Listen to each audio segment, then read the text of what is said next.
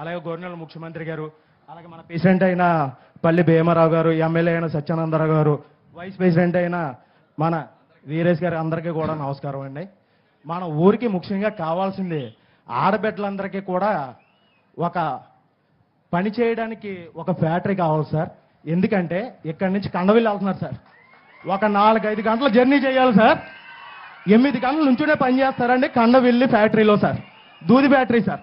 దానివల్ల ఇక్కడ ఆడవాళ్ళందరికీ కూడా వద్దు ఆ పని చేయొద్దు, ఆ పని చేయొద్దు. నిలబడు, ఈ పక్క వచ్చాను, ఈ పక్కన ఉండే చెప్పని ఆయన చెప్పని సార్. చెప్తాం. ఆడవాళ్ళందరికీ కూడా సార్ ఊపిరితిత్తులో చాలా కంప్లైంట్ సార్. వీళ్ళ చెప్పడం లేదు కానీ ముసలి వాళ్ళ దగ్గర నుంచి ఇక్కడ ఉన్న అమ్మాయిలు 10th క్లాస్ చదివిన సరైన ఉద్యోగాలు లేవు సార్. ఉద్యోగాలు లేక కండవిల్లి ఫ్యాక్టరీలో నానా ఇబ్బందులు పడుతున్నారు సార్. మా ఊరు వాడవాళ్ళు కానీ కొత్తపేట, వానపల్లి గ్రామ పంచాయతీలో ఉన్న వాళ్ళందరూ కూడా నరకం అనిపిస్తున్నారు సార్. ఇక్కడ నుంచి 3 షిఫ్ట్లు సార్. ఎలా అంటే పొద్దున్నే 4 గంటలకు లేచి 6 గంటలకు బస్సు ఎక్కాలి సార్. 6 గంటలకు వెళ్తే అక్కడికి వెళ్ళేటప్పటికి 7-8 అవుతుంది సార్. 8 గంటల నుంచి మళ్ళీ తిరిగి వచ్చే వరకు కూడా నుంచునే పని చేయాలి. ఇక్కడ ఉన్న ఆడవాళ్ళందరూ కూడా అదే పరిస్థితి. అలాగే మా రైతన్నలు సార్, ముఖ్యంగా మా గోదావరి నియోజకవర్గానికి వెన్నుముక్క అయినటువంటి రైతన్నలందరూ కూడా గోదావరి వస్తే నిజంగా ఎంత నాశనం అవుతున్నారంటే ఏ ప్రభుత్వం ఈ 5 సంవత్సరాల్లో కూడా ఏ ప్రభుత్వం పట్టించుకోలేదు. వైఎస్ఆర్సీపీ ప్రభుత్వం మా గోదావరి దగ్గర నుంచి వీడియోలు మీరు చూసారో లేదో తెలియదు సార్. ఇక్కడ వరకు కూడా మునిగిపోయి నరకం అనిపించారు సార్. ఎందుకంటే మాది కిల్లికొట్ట అక్కడే సార్, ఏడుకొట్ట మీద. మా గోదావరి రైతులందరూ కూడా మా దగ్గరకు వస్తారు కాబట్టి చెప్తున్నాను. అలాగే ఇంకో విషయం, ఇక్కడ ఉన్న ఆటో యూనియన్ సార్, నా ఆటో యూనియన్ పేషెంట్ సార్, నా పేరు రేజనాయుడు. అలాగే మీరు ముఖ్యంగా ఆడవాళ్ళందరికీ కూడా ఫ్రీ బస్సు పెట్టారు సార్. దానికి అభినందించాలి సార్ నిజంగా. ఎందుకంటే మామూలు విషయం కాదు సార్, అది చాలా కోట్లతో కూడుకున్న విషయం. మా ఆడవాళ్ళ అక్క చెల్లెములు అందరూ కూడా చాలా బాగుండాలని మీరు ఈ పథకం పెట్టారు సార్. అలాగే మా ఆటో యూనియన్ దగ్గర ఒక 5 లక్షల మంది సార్ తూర్పుగోదావరి జిల్లాలో. 5 లక్షల మందికి కూడా మీరు ఏదోలాగా, ఎందుకంటే మామూలుగా ఏదో 10th ఫెయిల్ అయ్యో లేకపోతే ఏదో చేసో కాదు సార్. ఖచ్చితంగా డిగ్రీ చదువుకున్న వాళ్ళు కూడా ఆటో తోలుకుంటున్నారు సార్. అలాగే ఇక్కడ జరిగిన ఒక 5 సంవత్సరాలు మీకు నరకం చూపెడతాను సార్. నిజంగా ఈ 5 సంవత్సరాలు నరకం చూపెడతాను. 5 సంవత్సరాలు నరకం చూపించారు సార్. ఏమండి ఇక్కడ ఉన్న జనసేన కార్యకర్తలు కానీ, జనసేన అభిమానులు కానీ, తెలుగుదేశం కార్యకర్తలు కానీ, తెలుగుదేశం అభిమానులు కానీ, మీరు చెప్పారు కదా సార్ అక్కడ ఎంతమంది మీద కేసులు ఉన్నాయని. ఇక్కడ ఉన్న వాళ్ళ దగ్గర యువత, కోప యువత కానీ, బీసీ యువత కానీ, ఎస్సీ యువత కానీ, మొత్తం యువత అందరి మీద కూడా చాలా మంది కేసులు ఉన్నాయి సార్. అది గవర్నర్ సత్యానంద గారికి కానీ, అలాగే వీరేష్ గారికి కానీ అందరికీ తెలుసు సార్. అలాగే ఆ కేసుల దగ్గర నుంచి కూడా మీరు మా వాళ్ళందరినీ కూడా వినిపించాలని కోరుకుంటున్నాం. ఇప్పుడు నేను అడిగేదని చెప్పను. ఒక సెకండ్, ఏం పెట్టాలో పార్క్ సార్. ఎందుకంటే మా పల్లలంకు ఇంకో పేరు సార్, ప్రకృతి మాత అండి.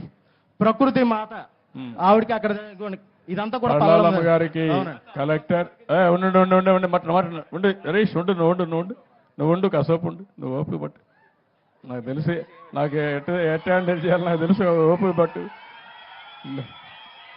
కలెక్టర్ గారు ఈ టెంపుల్ అంతా తీసుకొని ఈ టెంపుల్ మొత్తం ల్యాండ్స్ అన్ని కూడా ఇచ్చేసి మంచి పార్కు, ఒక మంచి ఆహ్లాదకరంగా ఊర్లో వాళ్ళు వస్తే కూర్చునే విధంగా, సాయంత్రం అయితే ఇక్కడ అందరూ వచ్చి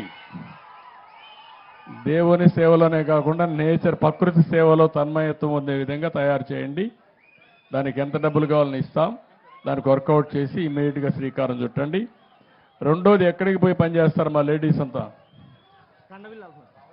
ఎక్కడికి? రావులపాలెం అవతల Kandavilli sir, Kandavilli factory sir, దూది ఫ్యాక్టరీ సార్. ఏ ఫ్యాక్టరీ? దూది ఫ్యాక్టరీ సార్. దూది ఫ్యాక్టరీ అండి, రవలి స్పిన్నర్స్, స్పిన్నింగ్ మిల్సా. చాలా ఇబ్బంది పడుతుంది సార్. చాలా మందికి ఊపిరితిత్తులు కంప్లైంట్ ఉంది సార్. అలాగే వచ్చి కూర్చున్నారే కానీ అందరికీ దగ్గు, ఆయాసం చాలా ఉంది సార్. ఇప్పుడు వాళ్ళందరికీ మనం ఏం చేయగలుగుతాం? ఒక యాక్షన్ ప్లాన్ తయారు చేస్తే ఈ ఊర్లో ఉండే ఆడవాళ్ళందరికీ ఇక్కడనే ఉపాధి కల్పించేదానికి ఏం చేయగలుగుతామో దాన్ని కూడా వర్కౌట్ చేద్దాం. అది కూడా చేసి ఇది ముందుకు తీసుకెళ్దాం. రెండోది, ఆర్టీసీ డ్రైవర్లు కూడా ఆదుకుంటాం తమ్ముడు. మా ఆడబిడ్డలకి, ఆర్టీసీ కాదు ఆటో డ్రైవర్లను ఆదుకుంటాం. ఆడబిడ్డలకి ఉచిత బస్సు సౌకర్యం ఇచ్చినప్పుడు ఏదైతే ఆటో డ్రైవర్లు ఉన్నారో, మీరు కూడా చదువుకుని ఉన్నారు, మొన్న మీరు కూడా మాకే ఓట్లు వేశారు, మిమ్మల్ని కూడా ఎట్లా ఆదుకోవాలని ఆదుకోవడం కోసం ప్రయత్నం చేస్తున్నా. తప్పకుండా మీకు న్యాయం చేస్తానని హామీ ఇస్తున్నా. ఒక ఆటో ఏం చదువుకున్నావు? ఏం చదువుకున్నావు? నాది ఇంటర్ అయింది సార్, ఆటో సార్, నాది auto union leader sir. Auto union leader. But inter అయింది, సామాజిక స్పృహ ఉంది, అంటే 10 మందికి ఏదో మంచి జరగాలని తాపత్రయం ఉంది. 3 సూచనలు ఇచ్చాడు, 3 కూడా అందరూ వద్దు వద్దు అంటున్నారు. మా హరీష్ అయితే చాలు చాలు అంటున్నాడు. చాలు చాలు కాదయా, నీకు ఓపిక ఉండాలా, హ్యూమన్ యాంగిల్ ఉండాలా, మీరందరూ లీడర్లు మారాలా, మారి ప్రజలతో మమేకం కావాలి.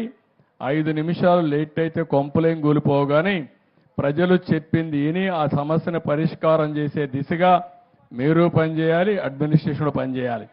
మీరే కాకుండా నీ ఆటో ఏంటి తమ్ముడు, ఇప్పుడు నీ ఆటో డీజిల్ ఆటోనా లేకపోతే పెట్రోలా? Diesel auto sir. ఇప్పుడు ఏ రోడ్లు, అన్ని మంచి రోడ్లు అనేవి లేదు సార్, ఎక్కడికక్కడ గోతుకులు, మీకు తెలియదేమో సార్. మా అన్ని గోతులు. సత్యనందర గారిని అడగండి సార్.